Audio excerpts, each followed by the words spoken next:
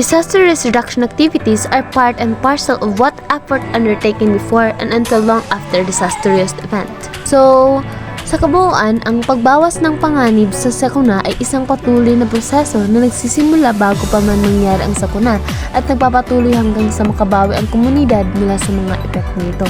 The entire area of activities aimed at reducing the severity of impact of disasters causing events which are undertaken before, during, and after a disaster is referred to collectively as a disaster management. Ang kabuang hanay ng aktibidad na naglalayong bawasan ang tindi ng epekto ng mga pangyayari nagdudulot ng sakuna na isinasagawa bago, habang at pagkatapos ng isang sakuna ay tinatawag na pamamahala ng sakuna. Ang pamamahala ng sakuna ay mahalaga upang maprotektahan ang buhay ng tao, mabawasan ang pinsalas ari-arian at tulungan ang mga komunidad na makabawi mula sa mga sakuna. Sa pamamagitan ng maayos pamamahala, mas magiging handa ang mga tao at mas mabilis ang kanilang pagbawi sa oras ng krisis. A Typhoon Yolanda timeline prepared by the NDRRMC shows that the typhoon was already being tracked a week before it entered PAR, or Philippine Area of Responsibility. However, it was obvious that the public could not alarm because they had survived very destructive weather events before.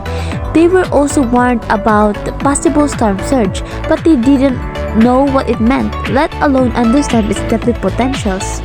Ayon sa timeline na inihanda ng National Disaster Risk Reduction and Management or NDRRMC, ang bagyong Yolanda ay sinimulang subaybayan isang linggo bago ito pumasok sa PAR. Ipinakita nito na may sapat na oras para sa otoridad na magbigay ng babala at maghanda para sa posibleng epekto ng bagyo.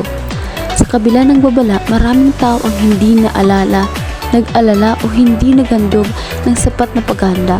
Ito ay dahil sa kanilang mga nakaraang karanasan sa mga bagyo na hindi nagdulot ng labis na pinsala sa kanilang komunidad.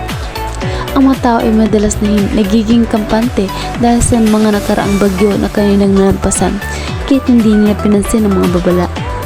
Ang mga residente ay binigyan ng babala tungkol sa posibleng storm surge, isang biglang pagtaas ng tubig dagat na dulot na malalakas na hangin at mahabang presyon ng bagyo.